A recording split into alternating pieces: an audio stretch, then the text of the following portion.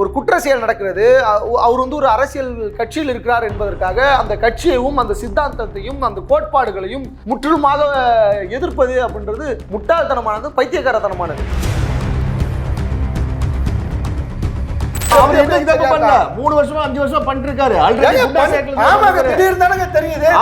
நடவடிக்கை எடுக்கிறாங்க. அவர் நடிச்சது ஒரு மணி நேரம் அவர் தான் தப்பி கொடுத்து அவர் தான் விட்டாருன்னு சொல்லி சந்தேகப்படுறாரு. விஜய் மல்லையா, இந்த மோடி வகைராக்கள் இவங்க எல்லாம் வந்து தப்பிச்சு போனதுக்கு மோடி தான் காரணம் வந்துட்டீங்களா? தமிழ்நாட்டு போலீஸுக்கு இது கலங்க இடுக்கு ஷேம். அவர் சங்கர் ஜிவாலும் கமிஷனர் பதவி ரிசைன் பண்ணிட்டு போக சொல்லுங்க. நீங்க போங்கன்ற, ஏன் குஜராத் பக்கம் போக மாட்டேங்கிறீங்க? யூபி பக்கம் போங்க, அங்க வந்து பாக்கெட் சாராயம் வித்துட்டு இருக்காங்க. தமிழ்நாட்டுல கலாச்சாரம் கூட செத்து போனீங்க, முதல்வர் உடனே குடுகுடுன்னு ஓடி போயின்னு 10 லட்சம் கொடுத்தாரு. வெக்கமா இல்ல? திமுக மீது வன்மம் கக்கிறது மட்டுமே வேலையா? இது வன்மமா உண்மையா? நான் என்ன கேக்குறேன், உண்மையா வன்மமா? வன்மங்க. ஏங்க கொடுத்த வாக்குறுதியை 100% நிறைவேற்றிட்டாரா? நான் கேக்குறேன், கடந்த 10 வருஷத்துல 9.25 வருஷம் பாஜக ஆரம்பிச்சு சரி, கொடுத்த வாக்குறுதியை நிறைவேற்றிட்டீங்களா?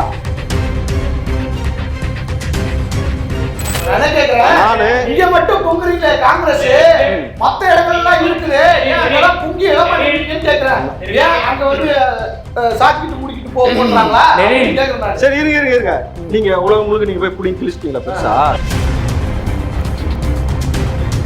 உங்களால வந்து செந்தில் பாலாஜி தம்பி அசோக் எங்க இருக்கான்னு கைது பண்ண முடியாது. காவல்துறையால கைது தெரிய கண்டுபிடிக்கும். யார்? சென்ட்ரல் கவர்மெண்டா? அப்ப தமிழ்நாட்டுல பிஜேபி தான் ரூல் பண்ணிட்டு இருக்கா? தமிழக போலீஸ் சப்போர்ட் பண்ணல. உங்களுடைய நிறைவு கருத்தை வச்சுக்கிறேன் கிருஷ்ணசாமி சார், நீங்க சொல்லுங்க. என்ன நிறைவு கருத்தா? அப்ப பேசுங்க, பேசவே நிறைவு கருத்தை வச்சுக்கிறேன். நீங்க பாட்டுக்கு பதில் சொல்லாம அப்படியே பேசிட்டு பதில் திமுக காரப்படி வச்சுக்கிறேன் இருங்க.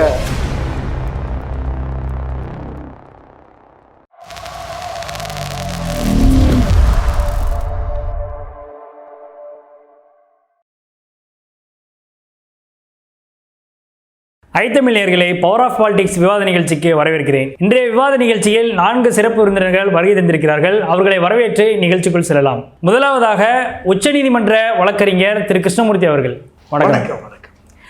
அடுத்தபடியாக காங்கிரஸ் கட்சியை சேர்ந்த திரு ராவுத்தர் இப்ராஹிம், வணக்கம். அரசியல் விமர்சகர் திரு லெனின் துரைராஜ், வணக்கம். பத்திரிகையாளர் திரு LDR, வணக்கம் சார்.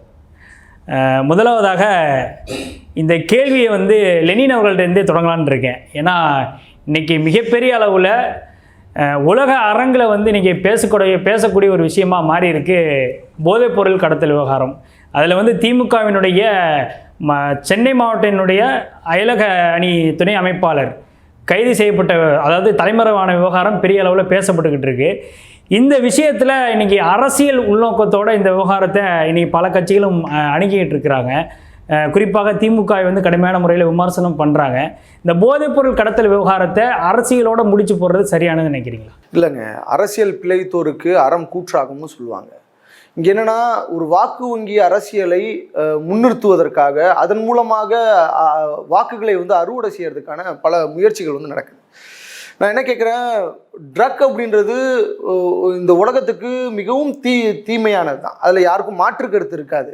ஏன் பிஜேபியாக இருந்தாலும் சரி, காங்கிரஸாக இருந்தாலும் சரி, யாராக இருந்தாலும் சரி, டிஎம்கேவாக இருந்தாலும் சரி, ஏடிஎம்கேவாக இருந்தாலும் சரி, யாராக இருந்தாலும் சரி, யார் அதில் இருந்தாலும் அந்த குற்ற செயலில் ஈடுபட்டாலும் அவர்கள் கண்டிக்கக்கூடியவர்கள், அவர்களுக்கு தண்டனை வாங்கி கொடுக்கணும், அவர்களை கைது செய்யணும், அவர்களை தண்டித்தாக வேண்டும்.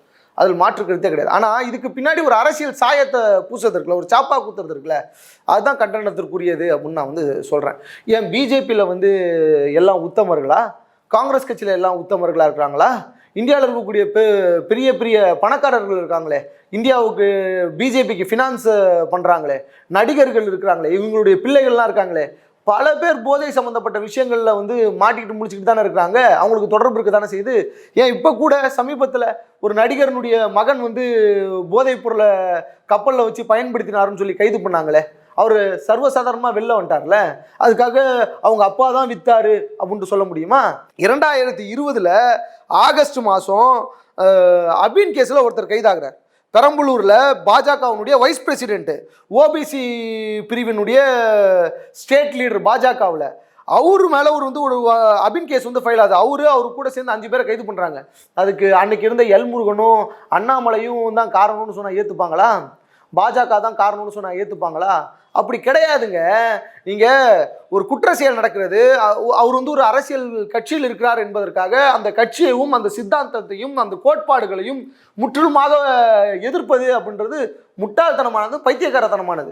அவர்கள் சார்ந்து அவர்களுடைய கட்சியை சார்ந்த நபர்கள் தவறு செய்யும் போது அதை கண்டும் காணாமல் கடந்து போயிடுவாங்க.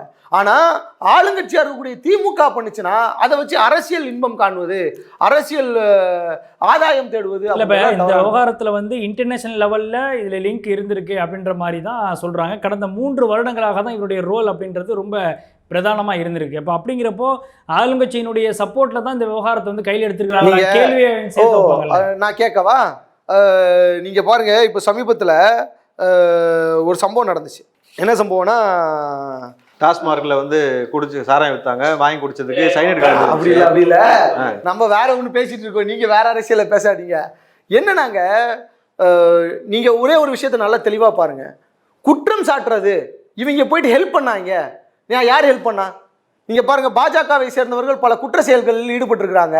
அவங்களுக்கு நேரடியாக சப்போர்ட் பண்ணுது அரசாங்கம். யாரு? பிரிஜ்பூஷனுக்கு நேரடியாக அரசாங்கம் சப்போர்ட் பண்ணுது. அந்த டெல்லியில் நிர்பயாவோட இருந்தவங்கள, நிர்பயா கேஸில் சம்மந்தப்பட்டவங்க நேரடியாக அரசாங்கம் இது பண்ணுது. பில்கிஸ் பானுனுடைய இஷ்யூவில் நேரடியாக பாஜக வந்து சப்போர்ட் பண்ணுது. திமுக அப்படி பண்ணிச்சா? திமுக நடவடிக்கை எடுத்திருக்குது. இந்த ஜாஃபர் சாதிக் அப்படிங்கிறவரை இங்கே கட்சியிலே தூக்குவதற்கு முன்னாடி இந்த 3 வருடங்கள்ல சிற்றரசு என்கிற மாவட்ட செயலாளர், திமுகவோட மாவட்ட செயலாளர் தான் இவரை போய் ஃபேமிலியிலாம் அறிமுகப்படுத்தி வைக்கிறாரு. இந்த விவகாரம் தெரியாம, ஒரு பேக்ரவுண்ட் தெரியாம தான் திமுகவில் சேர்த்துக்கிட்டாங்களா அல்லது எல்லா சம்பவங்களும் அப்படியே நடந்துருமா? ஒரு சிலது வந்து விசாரணையின்றி அவர் யார் என்னதுன்னு பின்புலம் இல்லாம அப்படியே போயிடுறது தான். இன்னைக்கு பல அரசியல் கட்சிகள்ல பல அரசியல் பிரமுகர்கள், அரசியல் அதாவது மிகப்பெரிய பணக்காரர்கள் தங்களுடைய பணத்தை வந்து சேமித்துக் கொள்ள வேண்டும், காப்பாற்றிக்கணுன்றதுக்காக அரசியல் கட்சியில வந்து சேர்றது கிடையாதா? நம்ம சமீப காலங்களில் பாக்குறது கிடையாதா? செந்தில் பாலாஜி உங்க அடுத்த பத்திரிகை செந்தில் பாலாஜி இல்லைங்க, அவங்களுடைய கருத்தை கேட்டுட்டு இப்போ உங்க கட்சிக்கு வந்தாங்களே, அவங்க யாரும் காங்கிரஸ் கட்சியில இருந்து தாவி கூச்சாங்களே, அந்த அம்மா பேரு விஜயதரணி, அவங்கள போல செந்தில் பாலாஜி போல இங்க வாங்க, உங்க கட்சிக்குள்ள வாங்க. டாபிக் மாற வேணாம், உங்க வீட்டுக்குள்ளே இருக்குது, தலைப்பு மாறி போக வேண்டாம். பத்திரிகையாளர் எல்டிஆர் அவர்கள்ட்ட கேட்டுட்டு உங்கள்கிட்ட வர்றேன். எல்டிஆர் சார், நீங்கள் சொல்லுங்கள், இந்த விவகாரத்தில் வந்து ஒரு பத்திரிகையாளராக நீங்கள் பல கோணத்தில் இந்த விஷயத்தை வந்து அணுகியிருப்பீங்க. கடந்த காலகட்டங்களில் உங்களுடைய நீண்ட அனுபவங்கள் உங்களுக்கு அப்படி இருக்கும். இந்த விவகாரத்தை பொறுத்த வரைக்கும் பல கேஸை நீங்கள் பார்த்துருப்பீங்க. இந்த விஷயத்தில் வந்து அரசியல் முடிச்சோட இதை தொடர்புபடுத்தி பார்க்கணும் அப்படின்னு நினைக்கிறீங்களா? அதாவது எந்த ஒரு விஷயத்தையுமே அரசியலோட தொடர்புபடுத்தி பார்க்கணுமா பார்க்கக்கூடாது அப்படிங்கிறது வந்து வேறு விஷயம். அதே நேரத்தில் இந்த போதை கடத்தல், போதைப் பொருட்கள் கடத்தல், இந்த மாதிரி விவகாரங்களில் தமிழர்களோட பெயர் அடிபடுது அப்படின்னு பார்த்தா, நீங்கள் மயூரன் சுகுமாரன் ஒருத்தர் கேள்விப்பட்டிருப்பீங்க. அவர் வந்து இலங்கை தமிழர், லண்டனில் பிறந்தார், ஆஸ்திரேலியன் சிட்டிசன். இந்தோனேஷியாவிலேருந்து ஒரு 8.5 கிலோ போதைப் பொருள் ஆஸ்திரேலியா கடத்த முயன்றார்கள் கேஸில் பாலி 9 அந்த கேஸோட பேர். அதில் 2 பேருக்கு அப்படியே பின்னாடி கையை பின்னாடி காட்டி முதுகில் துப்பாக்கியில் சுட்டு கொண்டுச்சா இது இந்தோனேஷியா கவர்மெண்ட். அப்போ வந்து தமிழர்கள் இந்த மாதிரி பண்ணுறாங்களாங்கிற ஒரு பெரிய புருவம் உயர்த்தும் அளவுக்கு நம்ம நிலைமை ஆச்சு. தமிழர்கள் இந்த மாதிரி வேலைகளை பண்ண மாட்டாங்க அப்படிங்கிற ஒரு மாதிரி இருந்த நிலையில் இந்த சம்பவம் தமிழ்நாடு சென்ட்ரிக்காக நடந்திருக்குது அப்படிங்கும்போது அதில் ஆனால் கைது செய்யப்பட்டு டெல்லியில் தானே. இப்போ 3 பேர் கைது செய்யப்பட்டதே அவங்களுக்கு லிங்க் இருந்தது, எல்லா விவகாரமும் அந்த டெல்லியில் நடந்த சம்பவம் தான். டெல்லியில் இல்லை, தமிழ்நாட்டிலே இருக்கு அப்படின்றத எந்த அடிப்படையில்? குஜராத்ல இருந்து தானங்க இறக்குமதி ஆகுது. இப்போ இல்லை, இது இப்படி பார்த்தோம்னா நம்ம போதைப் பொருள் அப்படிங்கிறது எங்கேருந்து வருதுங்கிறது ஸ்டார்டிங்கில் தெரியாது. அது எங்கே தெரிய வருதுன்னா, எங்கே கன்சியூமர்ஸ் இருக்காங்க. இப்போ ஒரு சின்ன பசங்க 2 பேர் கஞ்சா போட்டு ரோட்டில் நடந்து போகும்போது போலீஸில் மாட்டுவாங்க. அங்கே தான் வந்து ஃபர்ஸ்ட் ரிப்போர்ட் ஆகும். ரிப்போர்ட் ஆகும்போது தான் அதோட பேக்ரவுண்ட் என்னன்ட்டு பிடிப்பாங்க போலீஸில். கஞ்சா இது மாதிரி விஷயங்கள் அங்கே தான். உலகத்தில் வந்து சொல்லப்போனால் 3 இடம் சொல்கிறோம் நம்ம. கொலம்பியா, ஈக்குவடார் அப்படிங்கிறது ஒரு ப்ரொடக்ஷன் பாயிண்ட்டு. அதுக்கு அடுத்தது ஆப்கானிஸ்தானும் ஒரு ப்ரொடக்ஷன் பாயிண்ட்டு. இந்தியாவோட வடகிழக்கு பகுதிக்கு அந்த சைடு போனீங்கன்னா மியான்மர், லாவோஸ், இந்த ஏரியா, இது ஒரு 3 ஏரியா தான் வந்து பாப்பி வளர்க்குறது இந்த மாதிரி எல்லாம் பண்ணிட்டுருக்காங்க. இதில் உலகத்திலேயே மிகப்பெரிய ட்ரக் கார்ட்டல்ஸ் வந்து மெக்சிகோவில் இருக்காங்க. சினரோவா காட்டல் ஒன்று, ஜலிஸ்கா காட்டல், இவங்கள வந்து அமெரிக்காவுக்கு மெக்சிகோலேருந்து போதைப் பொருளை கடத்துறாங்கங்கிறது அமெரிக்காவுக்கு மிகப்பெரிய தலைவலியாக இருந்துட்டு இருக்குது. அமெரிக்கன் கவர்மெண்ட் அவங்களை கண்ட்ரோல் பண்ண முடியாமல் ரொம்ப தவிச்சிட்டு இருக்கிற அளவுக்கு அது இருக்குது. இங்கே மெக்சிகோ நாட்டுக்குள்ளே வந்து நிலத்தில் குழி பறித்து அதுக்குள்ளே சுரங்கம் தோண்டி அமெரிக்காவில் போய் ஒரு ரூமுக்குள்ளே போய் ட்ரக்கை கொண்டு போய் அப்படி பண்ணுறது, இந்த மாதிரிலாம் பண்ணிட்டுருக்காங்க. இங்கே தமிழர்கள் அப்படிங்கிறது இப்போது இது ஒரு மிகப்பெரிய பிரச்சனை வந்திருக்கு. ரெண்டாவது, இது ஏன் அரசியல் படுத்துகிறாங்க எல்லாரும் அப்படின்னா, இதுக்கு காரணமும் வந்து இப்போ இருக்கிற முதலமைச்சர் ஐயா ஸ்டாலின் வந்து எங்கேயோ நடக்கிற ஐசோலேட்டட் இஷ்யூஸ் எல்லாம் வந்து அதிமுக அடிமை அதிமுக தான் காரணம், அடிமை அதிமுக தான் காரணம்ன்ட்டு அவர் தான் இந்த மாதிரி ஒரு கல்ச்சரை உருவாக்கி விட்டது. சாதாரணமாக ஒரு ஊரில் ஒரு போலீஸ் ஸ்டேஷனில் ஒரு சாத்தான்குளம் லாக்அப் டெத் எடுத்துக்கலாம். அந்த லாக்அப் டெத் நடந்த உடனே இங்கிருந்து சாதாரண விஷயமா அதை கடந்து போக முடியாது. அதை சாதாரண விஷயமா கடந்து போக முடியாது. பட் அது ஒரு ஐசோலேட்டட் இன்சிடென்ட். அதுக்கு கவர்மெண்ட் முதலமைச்சர் கேர்லெஸ்ஸாக இருந்ததுனால தான் சாத்தான்குளம் சம்பவம் நடந்ததுன்னு சொல்ல முடியுமா நம்ம? அதாவது இந்த ஒரு சம்பவத்தை அரசியலாக்குதுங்கிற ஒரு கலாச்சாரத்தை கொண்டு வந்தது திமுக தான். இல்ல நீங்க சொல்றது மாதிரி அதை அந்த கோணத்துல எடுத்துக்கிட்டோம் அப்படின்னா, முதல்வர் ஸ்டாலின் அவர்கள் எதிர்க்கட்சி தலைவராக இல்ல இந்த சாத்தான்குளத்துல ஒரு இன்டரப்ஷன் முடிச்சிட்டு வந்துடுறாங்க, ராங் சிக்னல் போயிடக்கூடாது. ஒரே ஒரு இன்டரப்ஷன் மட்டும். அப்ப கடம்பூர் ராஜு வந்து அந்த மாதிரி எந்த சம்பவம் நடக்கல அப்படின்னாரு. தமிழகமே கொதிச்சு போச்சு. நான் தான் போய் என்ன பண்ணேன்னா, வீடியோ கான்ஃபரன்ஸில் ஹானரபிள் அன்றைக்கு இருந்த நீதியரசர்கள் PN பிரகாஷ் அண்ட் அவர் ரிட்டையர் ஆகிட்டாரு, இப்போ ஹானரபிள் ஜஸ்டிஸ் புகழேந்தி அவர்கள் அமர்வில் போய் மென்ஷன் பண்ணுறோம். மென்ஷன் பண்ணதுக்கு அப்புறம் தான் வந்து அவர் வந்து முதல்ல கொஞ்சம் அப்படி டிலே பண்ணார். அப்புறமா அந்த சியோமோட்டோவாக அதை எடுத்து அதில் உத்தரவுகள் எல்லாம் பிறப்பிச்சு 24 ஹவர்ஸ்க்குள்ள இல்லை, ஈவினிங் 3 o'clock வந்து நீங்கள் CBCID ஹேண்ட் ஓவர் பண்ணணும். 2 நாட்களில் 3 நாட்கள் வரையும் வந்து இந்தியாவிலேயே ஒரு போலீஸ் ஸ்டேஷனை ரெவென்யூ கண்ட்ரோலுக்கு கொண்டு வரணும்னு வந்து ஹானரபிள் நீதியரசர்கள் PN Prakash and B Pugazhendhi உத்தரவு. எங்களுடைய அந்த இன்டியூஸ்மெண்ட்லாம் இல்லை அப்படின்னா சாத்தான்குளமே சம்பவம் அடிந்து போயிருக்கும். அதனால அந்த சம்பவத்திற்கு காரணம் வந்து மெட்ராஸ் ஹைகோர்ட்டும் என்னை போன்ற வழக்கறிஞர்களுமே தவிர அன்றைக்கு இருந்த அரசாங்கம் எந்த ஸ்டெப் எடுக்கல. அதுதான் உண்மை. இன்னைக்கு வரைக்கும் பெயில் கிடைக்க கூடாதுன்னு நாங்கள் வந்து இன்னும் வச்சுட்டு இருக்கோம். எவனும் இன்னும் வெளில வரல. அது இருக்கட்டும். அதாவது சாத்தான்குளம் சம்பவம் சாதாரண சம்பவம் சொல்ல, அது ஒரு ஐசோலேட்டட் இன்சிடென்ட். இப்ப இருக்கிற முதலமைச்சர் ஐயா ஸ்டாலின் வந்து பீச்சில் ஒருத்தரை பிடிச்சி நைட்டு போலீஸ் ஸ்டேஷன்ல வச்சு அடிச்சு கொண்டுட்டு ஃபிட்ஸ் வந்துருச்சு அப்படி இப்படின்னு சொல்லும்போது சட்டமன்றத்திலேயே போய் சொன்னார் இப்ப இருக்கிற முதலமைச்சர். ஸோ அது இது எதுக்கு நான் பாயிண்ட் அவுட் பண்றேன்னா, இந்த மாதிரி எங்கேயோ ஒரு சம்பவம் நடக்கும்போது அதைய அரசியலாக்குறது அப்படிங்கிற ஒரு கலாச்சாரத்தை திமுக உருவாக்குச்சு தமிழ்நாட்டில். இப்போ அதே திரும்ப எடப்பாடி பழனிசாமி இப்ப இந்த சம்பவத்துக்கு வருவோம். இப்போ இந்த விஷயத்துல ஊழல் அது இது ஏகப்பட்ட இஷ்யூஸ் நடக்க, ஒரு கொலை பண்றவங்க எல்லா கம்யூனிட்டிலையுமே கிரிமினல்ஸ் இருக்காங்க. கிரிமினல்ஸ் இல்லாத கிரைம் ஃப்ரீ சொசைட்டி உலகத்தில் எங்கேயுமே கிடையாது. அது இருக்கட்டும். அப்படியே இருந்தால் கூட இது வந்து போதைப் பொருள் கடத்தல் அப்படிங்கும்போது அது இன்டர்நேஷனல் லெவலில் ஒரு புருவம் உயர்த்தக்கூடிய ஒரு கொடூரமான ரேப்புக்கு ஈக்குவலான, அதாவது சின்ன குழந்தை ரேப் பண்ணுறதுக்கு ஈக்குவலான ஒரு குற்றம் இது. இந்த குற்றத்தில் ஈடுபடக்கூடிய நபர் டெல்லியில் வந்து ரிப்போர்ட் ஆகியிருக்கு. அதோட பேக்ரவுண்ட் இங்கே சென்னையிலேருந்து ஒருத்தர் பண்ணிட்டு இருக்காரு. அப்படிங்கும்போது அவருமே முதலமைச்சரை சந்திச்சு பேசுறாரு, டிஜிபி கிட்ட பிரைஸ் வாங்குறாரு. முதலமைச்சரோட மகன் தற்போதைய அமைச்சர் உதயநிதி அவர்களை சந்திச்சு பேசியிருக்காரு. அவரோட மனைவிக்கு ஒரு திரைப்பட தயாரிக்கிறதுல ஏதோ நிதி உதவியை என்னமோ கொடுத்துருக்காரு. இவ்வளவு விஷயங்கள் பண்ணும்போது அப்போ அவர் வந்து திமுகவும் இருக்குதுங்கிற ஒரு தைரியத்தில் தான் இந்த அளவுக்கு ஒரு மிகப்பெரிய இந்த குற்றத்தை பண்ணியிருக்காரு அப்படிங்கிறது வந்து அது பேசுறதுன்னு அவங்க எல்லாருமே இல்லை சார். இப்போ 2003 வந்து ஒரு நபர் கைது செய்யப்படுறாரு. அவர் முக்கியமாக திமுகவினுடைய முன்னாள் MLA. அப்பொழுது அவர் கைது செய்யப்படும் பொழுது அதிமுகவில் இருக்கிறார். அவர் பேர் ரவிசங்கர். 2003 போதைப்பொருள் கடத்தல் விவகாரத்தில் மண்ணடியில் வச்சு கைது செய்யப்படுறாரு. 10 ஆண்டுகள் சிறை தண்டனை அவருக்கு விதிக்கப்பட்டிருக்கு. அப்போ இதெல்லாம் வந்து அதிமுகவோட தொடர்புபடுத்தி பேசினா சரியா இருக்குமா? இதை அதிமுக கூட தொடர்புபடுத்த முடியாது. ஏன்னா அவர் அதிமுகவில் இருக்கும்போது போதைப் பொருள் கடத்துறாரு அப்படின்னு வச்சுட்டா கூட அதுக்கடுத்து கட்சியிலிருந்து நீக்கிறாங்க. அதே தான் இப்போ பண்ணியிருக்காங்க. அதே தான் இந்த விவகாரத்தை பண்ணியிருக்காங்க, நீக்கிருக்கிறாங்க. அப்படி சொல்ல வரல நான். அதாவது அவர் கட்சியிலிருந்து அவர் முதலமைச்சர் கூட நெருக்கமா இருந்து இந்த தப்பு பண்ணான்னு சொல்ல முடியாது. இங்க இருக்கிறவரை ஏற்கனவே 2 டைம் குண்டாஸ் ஆக்ட்ல எல்லாம் ஜெயில இருந்துட்டு வந்தவர். குண்டாஸ் ஆக்ட் வேற கேஸ். இல்ல விசிடி கேஸ்ல அவர் குண்டாஸ்ல இருந்துட்டு வந்திருக்காரு. குண்டாஸ் ஆக்ட்ல எதுக்காக போய் குண்டாஸ் ஆக்ட்ல இருந்தாங்கிறது வேணுமில்ல. ரவுடி ரோட்ல 2 பேர்த்த அடிச்சறான்னு குண்டாஸ் ஆக்ட்ல போய் இருக்கிறது வேற. இவர் எந்த குண்டாஸ் ஆக்டில் இருந்தாலும் பார்த்தா அதுவும் பேக்ரவுண்ட் இருக்கு. இவ்வளோயும் தாண்டி கட்சியில் இருக்கிற நிர்வாகிகள், திரைப்படத்துறையில் இருக்கிற எத்தனையோ பேருக்கு அள்ளி பணம் கொடுக்குறாரு. கேட்டால் 10 லட்சம் 20 லட்சம் கொடுக்குறாருங்கிறாங்க. அப்போ இந்த அளவுக்கு இருக்கிற ஒருத்தர் பேக்ரவுண்ட் என்னங்கிறது விசாரிக்கணுமா இல்லையா? அவர் தான் மாப்பிள்ளைங்க, அவர் போட்டிருக்க சட்டை விசாரிக்கணுமா பேச மாட்டாருங்க. நிச்சயமா விசாரிக்கலாம். இது இப்போ ராவுத்தர் இப்ராஹிம் நீங்க சொல்லுங்க, இந்த விஷயத்துல வந்து முதல்வர் அவர்கள் ஜாஃபர் சாதிக்குடைய பின்னணியை பார்க்காம அல்லது விசாரிக்காம தான் பொறுப்பு கொடுத்துருக்காங்க. இந்த அளவுக்கு வந்து முதல்வர் குடும்பத்தை நெருங்க விட்டுருக்காங்கிற கோணத்தில் எல்டிஆர் அவர்கள் சொல்றாரு. அது சரியானது நினைக்கிறீங்களா? அவர் என்ன தப்புன்னு தான் சொல்லுவாரு, வேற என்ன சொல்லுவீங்க? என்ன சாப்பிடுறீங்க? பிஸ்கெட். கருத்து தொடருங்க நீங்க. இருங்க, விளையாட்டுலாம் கிடையாது, சீரியஸான இஷ்யூ தான். இது ஏதோ கிறிஸ்டல் மாதிரி இருக்கு, மெத்தான் பார்த்துங்க. ஏன்னா நேற்று கூட மதுரையில் பிடிச்சாங்க, ஈஸியாக தமிழ்நாட்டில் கிடைக்குது. குஜராத்தில் இருந்தால் இறக்குமதி ஆகுது. சரி, ரைட்டு, பேசிக்கலாம் அது எப்படின்ட்டு.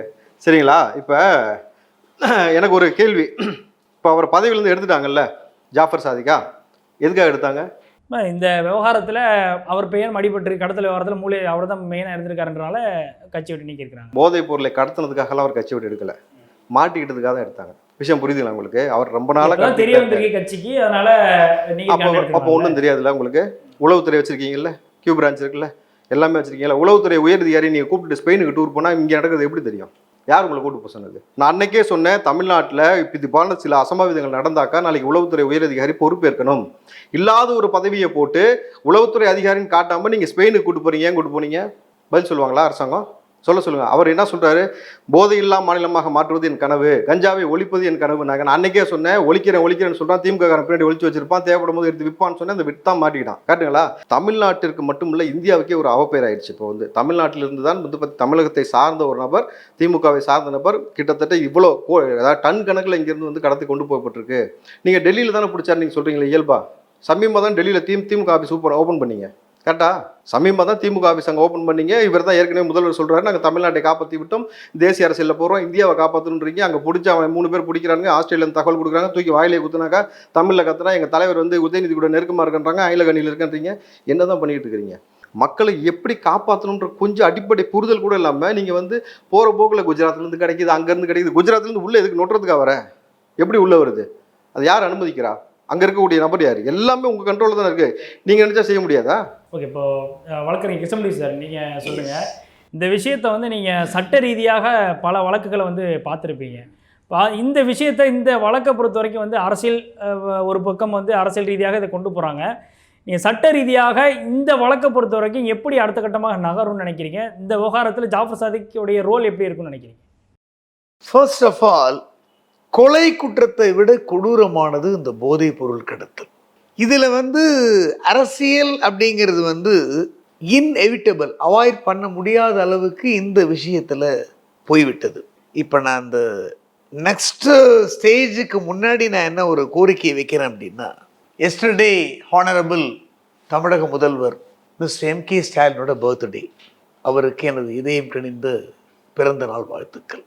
அவர் வந்து இந்த பிறந்த நாள் வாழ்த்துக்கள்ல பிறந்த நாள் பரிசாக திராவிட முன்னேற்ற கழகத்துக்கு என்ன செய்ய வேணும் அப்படின்னு நான் நினைக்கிறேன்னா, ஒரே வேர்ட், உன்னால தான் என்னோட கட்சிக்கே களங்கம், என் கட்சிக்கு இடுக்கு. ஏன்னா இவன் சாதாரண தொண்டன் கிடையாது, ஒரு அயலக அணி, ஃபாரின், அந்த இமிகிரேஷன் ஃபாரின் சம்பந்தப்பட்ட சப்ஜெக்டில் அவர் வந்து துணை அமைப்பாளர், அது ஒரு டிஸ்ட்ரிக்ட்ல. அதனால நீ சரண்டர் ஆவி என்சிபிலன்னு அவர் ஒரு வார்த்தை சொல்ல முடியாதா?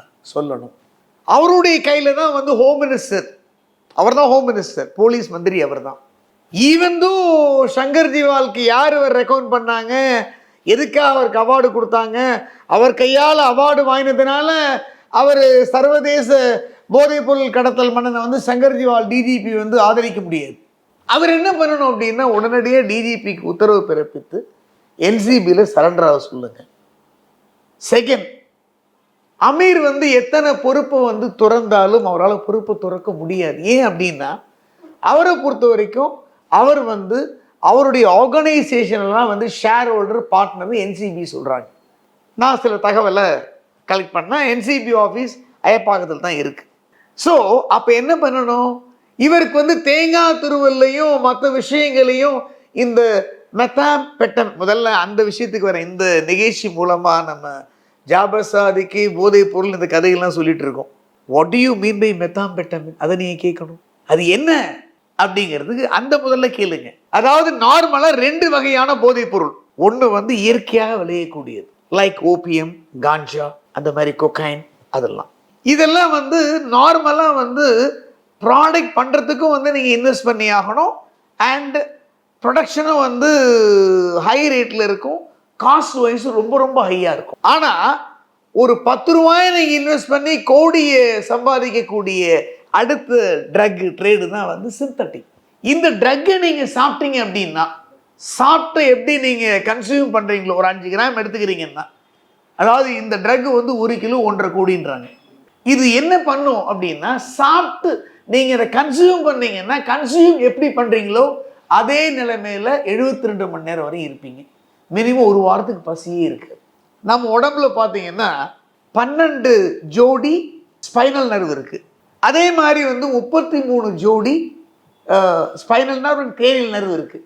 இந்த 12 ஜோடி கிரேனியல் நர்வ், 33 ஜோடி ஸ்பைனல் நர்வ், 90 நர்வையும் ஒரே நேரத்தில் சப்கான்ஷியஸ் கொண்டு போய் காலி பண்ணக்கூடிய மோசமான ஒரு போதை தான் இது.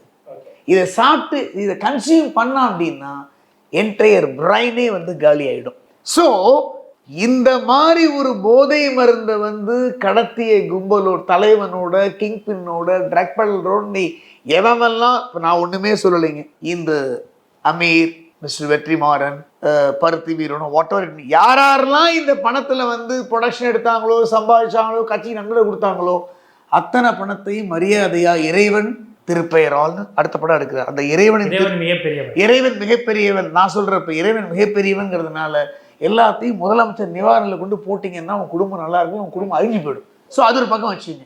செகண்ட் திங், இந்த இதில் வந்து உங்களுக்கு பார்த்தீங்கன்னா இப்போ இவர் வந்து ஹோட்டல் நடத்திட்டு இருக்காரு, கஃபே நடத்திட்டு இருக்காங்கன்றாங்க. அங்கெல்லாம் இந்த போதை இருக்கா இல்லையா அப்படிங்கிறதெல்லாம் என்சிபி விசாரிக்கணும். Number 1. Number 2, Aamir production Kollywood விசாரிக்கணும். திராவிட முன்னேற்ற கழகத்தில் எப்படி இவன் இணைஞ்சான், யார் இவனை ரெக்கமெண்ட் பண்ணாங்க, இவன் ஏதாவது ஃபண்டு கொடுத்துருக்கானுங்கிறது என்சிபி விசாரிக்கணும். அண்ட் மோர் ஓவர் அந்த சங்கர் ஜிவாலை விசாரிக்கணும். இதுக்கப்புறம் ஓகே, இது லீகல் இஷ்யூஸ், நாளே இஷ்யூஸ் தான். இல்ல இது விவாதத்தினுடைய கோரிக்கையை நான் வச்சுக்கிறேன். ஓகே, லீகல் இஷ்யூஸின் போது இந்த இஷ்யூவை பொறுத்த வரைக்கும் இவனை சரண்டர் பண்ணக்கூடிய விஷயம் தமிழ்நாடு போலீஸ் கையில் தான் இருக்கு. அமீர் வந்து எனக்கு அவன் குடும்பத்தினர் இருக்கான், எங்க இருக்கான் அவர் வந்து மறுக்க முடியாது. நிச்சயமா தெரிஞ்சிருக்கும். இல்ல இப்ப இந்த விவகாரத்தை நிர்வாகிகளுக்கு அடுத்த கட்டமா உங்கள்ட்ட வர்றேன். அடுத்த கட்டமா முடிச்சிடுறேன். போலீஸுக்கு வந்து தெரியாம இருக்காது. தமிழ்நாடு போலீஸையே அந்த போதைப் பொருள் கடத்தல் மண் அரெஸ்ட் பண்ணி என்சிபிட்ட ஹேண்ட் ஓவர் பண்ணணும். முயற்சி பண்ணி தமிழ்நாட்டு போலீஸுக்கு இது கலங்க, இடுக்கு ஷேம். அவர் சங்கர் ஜிவாலும் கமிஷனர் பதவி ரிசைன்மெண்ட் போக சொல்லுங்க, அவரை என்சிபியில் ஹேண்ட் ஓவர் பண்ண முடியலன்னா. அப்புறம் இவர் பிடிபட்டால் இவருக்கு முன்ஜாமீன் அப்படிங்கிறது கிடைக்காது, பெயிலுங்கிறது கிடைக்காது. ஆனா நம்மளுடைய சட்டங்கள் வந்து 10 வருஷம் தான் ஆக்ஷன் தண்டனை கொடுக்க முடியும். அதனால் நீங்க எவ்வளவு சம்பாதிச்சிருக்கீங்களோ அந்த சொத்தை வந்து கான்ஃபிஸ்கேட் பண்ண முடியும். மரணதண்டனை அந்த இறைவன் மிகப்பெரியவன் இருக்கக்கூடிய நாடுகள் எல்லாம் வெட்டிடுவான் வெள்ளிக்கிழமை, அதெல்லாம் இங்க இல்லை. ஓகே, இதில் நீங்க சொல்லுங்க, குஷ்பு அவர்கள் வந்து இப்போ ஒரு ஸ்டேட்மெண்ட் கொடுத்துருக்குறாங்க. தமிழ்நாடு முதலமைச்சர் மாநிலத்தை போதைப் பொருளின் மையமாக மாற்றியுள்ளார் அப்படின்ற ஒரு ஓப்பனாகவே டைரெக்டாகவே சிஎம் அட்டாக் பண்ணி தான் பேசியிருக்கிறாங்க. இந்த கூற்று சரியானது நினைக்கிறீங்களா? இல்லை, குஷ்பு சொன்னா குஷ்புவை காசு சொல்கிறாங்க அப்படின்லாம் நம்ம வந்து பெருசாக எடுத்துக்க முடியாது. சரி, ஃபேக்ட் என்னன்னா அதான் ஃபேக்ட். போதைப் பொருளாக மாற்றி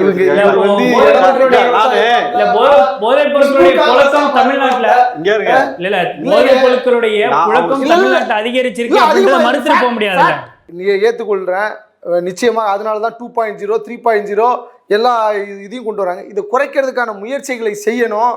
அதுல மாற்றுக்கிறதே சாமியே சொல்றாரு, காலையில குடிக்கான்னு சொல்லாது, குடிகாரன்னு சொல்லாதீங்க.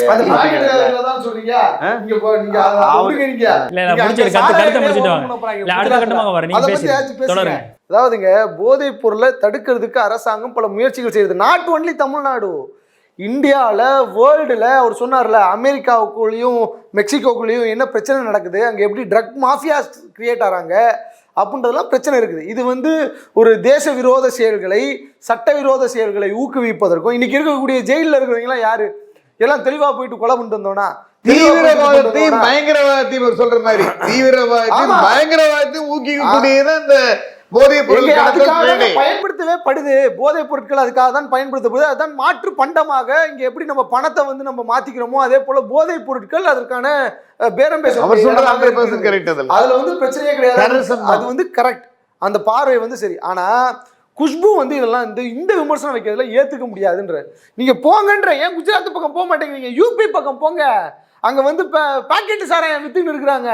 அங்க இருக்கக்கூடிய பெண்கள் சாராயத்தை குஜராத்தில் வட மாநிலத்தில் பெண்கள் காலையில் குடத்தை எடுத்துட்டு வந்துடுறாங்க. வேலை கிடையாது, வேலை இல்லாத குடத்துல சாராயத்தை வச்சு அந்த சாராயத்தை ஊற்றி வியாபாரம் பார்க்காங்க. அப்படிதான் குஜராத்ல நடந்திருக்குங்க. வாட்ஸ்அப்ல வர செய்திகளை வந்து 22ல வாட்ஸ்அப்ல வர செய்திகள் மாதிரிலாம் பரப்பி எங்க நடந்துச்சுன்னு சொல்லுங்க. 2022 நான் அதுதான் சொல்றேன். 2022ல குஜராத்ல 40க்கும் மேற்பட்டோர் கள்ள சாராயம் குடிச்சிட்டு செத்து போனா. தமிழ்நாட்டுல கள்ளசாராயம் குடி செத்து போனீங்க. முதல்வர் உடனே குடுகுடுன்னு ஓடி போயிட்டு 10 லட்சம் கொடுத்தாரு. வெக்கமா இல்ல? என்ன வெக்கமா இல்ல? அது டாஸ்மார்க்ல சார், அது லீகலா வாங்கி குடிச்சதுல இது வரைக்கும் கண்டுபிடிக்க முடியல. இவர் சொல்றாரு பெண்கள் குடத்தை எடுத்துட்டு போய் சாராயம் வைக்கிறாங்கன்னு. சிவகங்கை மாவட்டத்துல குடிக்க தண்ணி இல்லாம பெண்கள் தண்ணி எடுத்துட்டு குடத்தை எடுத்துட்டு அள்ள விடுறாங்க. அதை பத்தி என்ன சொல்லுவீங்க? அப்ப ஏங்க ஒரு பக்கம் தமிழ்நாடு கேபிட்டல் நீங்க நான் என்ன சொல்றேன், அண்ணா வந்து தமிழ்நாடுன்னு பேர் வச்சார்ல, இப்ப ஸ்டாலின் ஆளும் பொழுது இந்த மாநிலத்திற்கு போதை நாடுன்னு பேர் மாத்திக்கலாம். ரொம்ப பொருத்தமா இருக்கும். இல்லன்னு சொல்லுவீங்களா? அவர் சொல்லக்கூடிய ஸ்டேட்மெண்ட்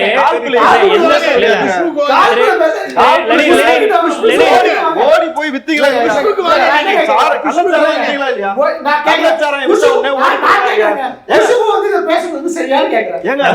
பேசக்கூடாதா? இல்ல குஷ்பு பேசக்கூடாதா? ஏன் பேசக்கூடாது? குஷ்புக்கு இதே ஜாபஸ் 1 கோடி 10 கோடி செல்லமணி கொடுத்து படம் எடுத்திருந்தா குஷ்பு கலாயம் எடுத்திருப்பா. செல்லமணி சிம்பிள், ரொம்ப சிம்பிள்.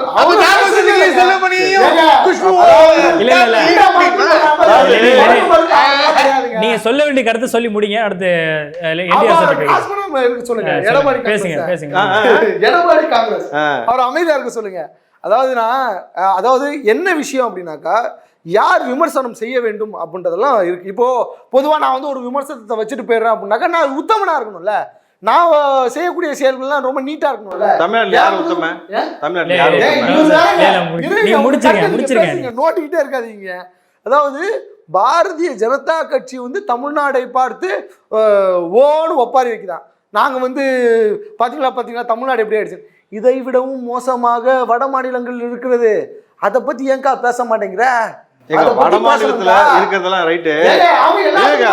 சாராயம் வித்ததை பத்தி நீங்க வட மாநிலத்தை பேசுறீங்களே, இந்தியாவுக்கே கலந்து ஏற்படுத்திருக்காங்க சார். சார் பல நாடுகளுடைய மக்களை நாசம் பண்ணிருக்காங்க சார். இந்தியாவில இருந்து ட்ரக் போய் பல நாடுகள் இருக்கக்கூடிய மக்களை நாசம் செய்து விட்டார்கள் சொல்லும் பொழுது இந்தியாவுக்கு எவ்வளவு பெரிய அவப்பேர். இது யாரு வேணாலும் பேசலாம் சார். எவ்வளவு பெரிய கேவலமான விஷயம் நீங்க பாத்தீங்க. இது வந்து எல்லா மாநிலங்களிலும் நடக்குது தானே அப்படின்ற விஷயத்தை சொல்றாரு. எல்லா நடவடிக்கை எடுக்கிறாங்க. எல்லா மாநிலங்களும் எல்லாம் நடக்குது. பஞ்சாப் நடக்குது, குஜராத் நடக்குது. பார்லிமெண்ட்ல அந்த போதைப் பொருள் தடுப்பு சம்பந்தமாக விவாதம் நடக்கும் போது 2021ல அவங்க பேசுறாங்க பார்லிமெண்ட்ல. சரி, குஜராத்ல இருந்து எவ்வளவு போதை இல்லாத மாநிலமாக மாற்றுவது, போதை இல்லாத மாநிலமாக மாற்றுவது சார் இருங்க, போதை இல்லாத மாநிலமாக மாற்றுவது என் கணவன் முதல்வர் சொன்னாரா? 2.1 வச்சிராங்க. அதுக்கான முயற்சி மேற்கொள்றேன்னு சொல்றாங்க. இல்ல முற்றிலுமாக வந்து ஏதோ குற்றம் சாட்டணும் அப்படிங்கிறதுக்காக நம்ம ஒரேடியா வந்து அபாண்டமா போடக்கூடாது. கண்டு கணக்குல போனாலும் பேசக்கூடாது. அப்ப திமுக எல்லா மாநிலங்களிலும் இந்த விஷயம் நடக்குது. இவங்க வந்து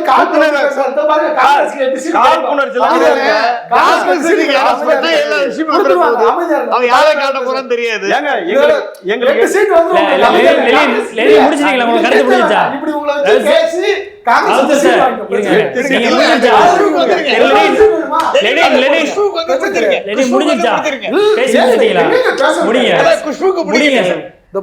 குஷ்புலாம் வந்து தகுதியற்ற ஒரு நபர்.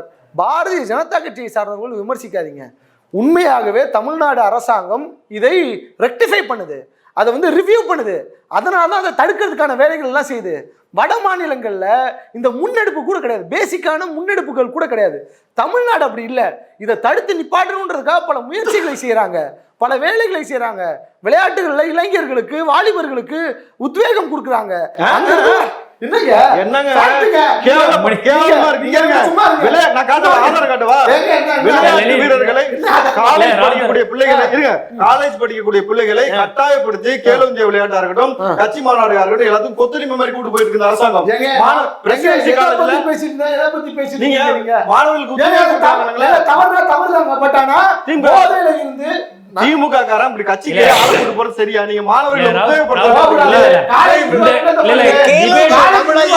ஹிந்தி இவங்க ஹிந்தி தான் விளையாடு இந்தியா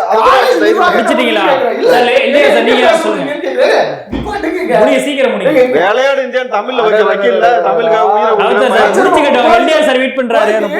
கோரிக்கையை வந்து ஏத்துக்க விடுங்க. சிஎம்க்கு மனுவை போடுங்க. இந்த பாருங்க, பாரதிய ஜனதா கட்சிக்காரர்கள் அவருக்கு வேலையை பார்க்கட்டும். இங்கே தமிழ்நாட்டுக்குள்ளே என்ன சண்டை சில்லு உண்டு வேலை பார்த்தாலும் அவங்க வந்து உள்ளே வந்து நுழைய முடியாது. இவங்க உள்ளே வந்து நுழையிறதுக்கு இன்னைக்கு வந்து இப்படி வந்து பேசிட்டு இருக்கிறாங்க. இவங்க தப்பு, அவங்க தப்பு, அப்படி தப்பு, இப்படி தப்புன்னு பேசிட்டு இருக்காங்க. தொட்டதுக்கெல்லாம் பிடிக்காத மாமியா, கைப்பட்டா குத்தம். பாஜக தமிழ்நாட்டுக்குள்ளே உள்ள நுழையணும் அப்படிங்கிறதுக்காக தான் இது மாதிரியான குற்றச்சாட்டுகள் தொடர்ந்து வைக்கிறாங்க. எல்லா மாநிலங்களையும் இந்த போதைப்பொருள் கடத்தல் விவகாரம் தொடர்ந்து நடந்துக்கிட்டு தான் இருக்கு. அது மறுக்க முடியுமான்னு கேட்குறேன். அதாவது நான் என்ன சொல்றேன்னா, அவன் திருடுறா இவன் திருடுறா அதனால நானும் திருடுன்னு சொல்லவே முடியாது. நல்ல அதுக்கான முயற்சிகள் மேற்கொள்றாங்க. என்னன்னா, இப்போ திமுக அரசு பதவியேற்ற பின்னாடிதான் இந்த அளவுக்கு போதைப் பொருள் அதிகமா தமிழ்நாட்டில் புழங்குது. இது சம்பந்தமாக நாங்கள் ஏராளமான செய்திகளை கடந்த 2-3 ஆண்டுகளில் நாங்கள் போட்டிருக்கோம். ஒரு விஷயம். ரெண்டாவது, நம்ம இப்போ நம்ம கூடயே ஒரு 20 வருஷமா 15 வருஷமா இருக்கிறவர் வந்து நமக்கே தெரியாம திடீர்னு ஒரு தப்பு பண்ணிட்டு வர்றாருன்னா அது வேற. ஆனால் ஒரு குற்றவாளி எங்கூட வந்து ஜாயின் பண்ணுறான்னா அவனை விசாரிக்காமல் சேர்த்தது அதே வந்து மிகப்பெரிய குற்றம். அதாவது முதலமைச்சர் கூட ஒருத்தர் வந்து பழகிறாரு, ஃபண்ட்ஸ் கொடுக்குறாரு, முதலமைச்சர் மகன் கூட பழகிறாரு, அவரோட மருமகள் தொழில் பண்ணுறதுக்கும் ஒருத்தர் உதவுறாரு அப்படின்னா அவரை விசாரிக்காம இவங்க ஏத்துக்கிட்டு வந்து எந்த விதத்திலும் ஏத்துக்க முடியாது. அவரு ஸ்டாலின் விசாரிக்க கூடாதுன்னு சொன்ன மாதிரில பேசிட்டு இருக்காங்க. அவர் அப்புறம் ஏத்துக்கவே கூடாது. ஸ்டாலின் கூட அவங்க பழகிருக்க கூடாது. இப்பதான் தப்பு தெரியுது. தப்பு தெரிஞ்ச உடனே கட்சியில இருந்து நடவடிக்கை எடுக்கிறாங்க. 3 வருஷமா 5 வருஷம் பண்ணிட்டு இருக்காரு. ஆமாங்க, திடீர்னு தெரியுது. நடவடிக்கை எடுக்கிறாங்க. போலீஸ் அவர் நடிச்சது ஒரு மணி நேரம் அவர்தான் தப்பி கொடுத்து அவர்தான் விட்டாருன்னு சொல்லி சந்தேகப்படுறாரு. விஜய் மல்லையா, இந்த மோடி வகைராக்கள் இவங்க எல்லாம் வந்து தப்பிச்சு போனதுக்கு மோடி தான் காரணம் ஒத்துப்பீங்களா? அவங்க தான் உதவி பண்ணாங்கன்னு இல்ல, அவங்க வந்து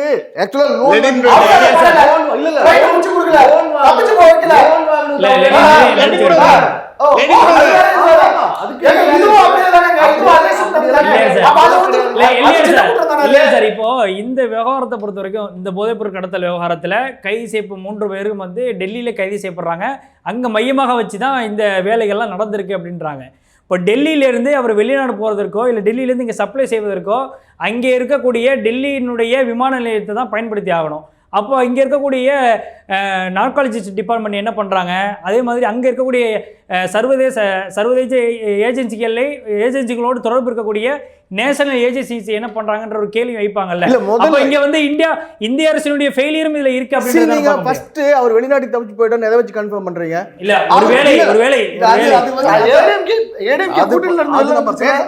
3 வருடங்களா நடந்திருக்குல்ல. இப்ப இதெல்லாம் வந்து வெளிநாடுகளுக்கு சப்ளை செஞ்ச ஒரு விஷயம் தான். இதெல்லாம் டெல்லியில தான் நடந்திருக்கு.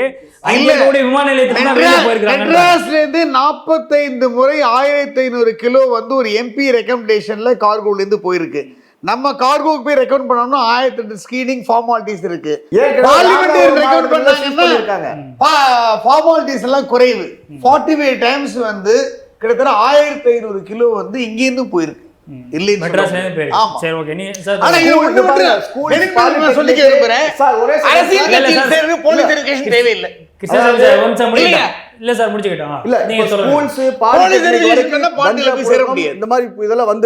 சென்னையில புதுசா கடந்த சில மாதங்கள்ல சில ஆண்டுகள்ல ஒரு 2 வருஷத்துக்குள்ள கூட புதுசா ஆரம்பிச்ச நைட் கஃபே வந்து 24 அதாவது நைட் 4 மணி வரைக்கும் திறந்திருக்குமாம்மா. இது எவ்வளவு புதுசா, இதெல்லாம் வந்து இன்டெலிஜென்ஸ் இருந்து ரிப்போர்ட் வந்திருக்காது கவர்மெண்ட்டுக்கு. புதுசா இவ்வளவு பேர் ஆரம்பிச்சிருக்காங்க. ரொம்ப வசதியான பசங்க கார்ல வர்றாங்க. ஒரு நைட் 9 மணிக்கு வந்துட்டு காலையில் 3 மணி வரைக்கும் அங்க உட்காந்துருக்காங்க. கடைசியில் தள்ளாடிட்டு போறாங்க. ரிப்போர்ட்லாம் வந்திருக்காது கவர்மெண்ட்.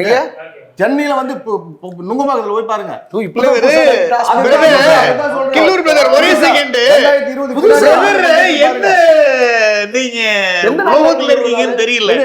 அதாவது எந்த லோகத்துல நீங்க இருக்கீங்கன்னு தெரியல. அதாவதுங்க ஒரு லா அண்ட் ஆர்டர் இன்ஸ்பெக்டர் அப்படின்னாலே அவன் தான் வந்து இந்த ரிப்போர்ட்டை வந்து கொடுக்கணும். அவன் என்ன பண்றான் அப்படின்னா தன்னுடைய லிமிட்ல வந்து எத்தனை டாஸ்மாக் பார் இருக்கு ஒரு கலெக்ஷன் போகுது. அதுவும் ஹாலிடேஸ்ல விற்க கூடாதுன்னு சொன்னா கூட அதுல ஒரு கலெக்ஷன் போகுது. பிடபிள்யூன்னு ஒருத்தர் இருக்கான், ப்ரொஹிபிஷன் என்ஃபோர்ஸ்மெண்ட் விங்னு, அங்க ஒரு கலெக்ஷன் போகுது. அப்புறம் ஸ்பா, அது ஒரு கலெக்ஷன் போகுது. ஸோ இந்த பேசிக் இருக்கிற லா அண்ட் ஆர்டர் இன்ஸ்பெக்டர் இருக்காரு பாருங்க, அவங்க தான் ரிப்போர்ட் கொடுக்கணும். அவங்களுக்கு தெரியாம எதுவுமே இந்த ஜுடிஷியரி நடக்காது. அதான் எல்டிஆர் சார் சொல்றது, அரசனுடைய கவனக்குறைவு அப்படின்னு. அரசு கவனக்குறைவுன்னு நீங்க இப்ப ஃபார் எக்ஸாம்பிள், இப்ப நான் ஹோம் மினிஸ்டர் அவர் தான் ஸ்டாலின் சொல்றேன், அதே மாதிரி எடப்பாடி இருக்கும்போது அவர் தான் போலீஸ் மந்திரி, அது வேற. அதுக்காக ஸ்டாலின் வந்து ஹானரபிள் சிஎம் வந்து டெய்லி ஒவ்வொரு போலீஸ் ஸ்டேஷனையுமே வெரிஃபை பண்ணிருக்க முடியாது. புரியுதுங்களா? இது வந்து சங்கர்ஜிவாலே வந்து அவனுக்கு கேடயம் கொடுத்திருக்காருன்னா போலீஸோட தவறு. போலீஸ் தான் கண்ட்ரோல் பண்ணணும். ஒரு அரசு சிறப்பாக அமையணும் என்றால் ஐஏஎஸ் ஐபிஎஸ் ஒழுங்கா இருந்தாதான் அரசு நல்லா இருக்கும். கவர்மெண்ட்டுக்கு வந்த ரிப்போர்ட்டை இவங்க ரொம்ப கேர்லெஸ்ஸா ஹேண்டில் பண்ணிருக்காங்க. சொல்ல போன பர்டிகுலர் வேணும்னே. அதனால இந்த விஷயத்துல சங்கர்ஜிவால் டிஜிபியும் கமிஷனரும் தார்மீக பொறுப்பேற்று ரிசைன் பண்ணுங்க முதல்ல. அதே மாதிரி உள்துறை செயலர் அமுதா இருக்கா பாருங்க, அவங்களும் ரிசைன் பண்ணிட்டோம். இறுதி கருத்தா ராவுத்தர் இப்ராஹிம் நீங்க சொல்லி முடிங்க. நிறைவு கருத்தா இந்த விவகாரத்துல அடுத்த கட்டமாக அரசினுடைய கேட்கிறேன். இவரு இவ்வளவு வருஷம் எந்த ஊர்ல இருந்தாருன்னு தெரியல. அண்ணா திராவிட முன்னேற்ற கழகத்தினுடைய காலத்துல எடப்பாடி பழனிசாமி இருந்த காலத்துல நைட்லாம் டாஸ்மாக் போடவே இல்லை, அப்படிதான் நீங்க சொல்ல வரீங்க? நான் டாஸ்மாக் சொல்லல. அன்னைக்கு கஞ்சா ஓடல. ஒரு விஷயம் நான் சொல்றேன், அன்னைக்கு வந்து எதுவும் ஆகல. அன்னைக்கு இல்ல சொல்றேன், இதே நுங்கம் 10 வருஷம் அண்ணா திராவிட முன்னேற்ற கழகத்தினுடைய ஆட்சி, கேள்வி கேட்ட 10 வருஷத்துக்குள்ளதான் இதெல்லாம் உள்ள வந்திருக்குது. கேள்வி அடுத்து நிப்பாட்டல ஆட்சி, கேள்வி கேட்ட பதில் சொல்ல விடணும். 2019 2020 எல்லாமே நாங்க நைட் ஷிஃப்ட் ஒர்க் பண்ணும்போது ஹோட்டல் வரைக்கும் நடந்து போவோம். அது போல இல்ல கூட பசங்க வந்து அங்கங்க கார்னர்ல டீ சாப்பிடுறதுக்கு கார்ல டீ சாப்பிட்டு போவாங்க. பகல்ல எனக்கு தெரிஞ்சு மேக்சிமம் விற்பனையானது இந்த பான்பராக், குட்கா, மசாலா, இதுதான் அதிகபட்சமா போலீஸ் ரைட் விட்டு மந்திரி முதற்கொண்டு சிக்கினார். அதுல இது போதை பொருள் இல்ல, இது ஏடிஜிபி டிஜிபில சிக்கினாங்க. நீங்க கிலோ ஒரு விஷயம் சொல்றேன் நானு. ஒரு தமிழ்நாட்டுக்குள்ள ஒருத்தர் ஒரு கொலை பண்றவர் தமிழ்நாட்டுக்காரர் ஒருத்தர் கொன்றுறாரு, இதுக்குள்ளேயே முடிஞ்சு போயிடும். அதே அமெரிக்காவிலிருந்து வர்ற ஒரு டூரிஸ்ட் கொலை பண்ணாருன்னா அது உலகம் ஃபுல்லா தமிழ்நாட்டு கெட்டவர் வருமா? அது இல்லையா? அதுதான் இப்ப நடந்திருக்கு. நான் சொல்றது அதுமே வந்து குற்றமா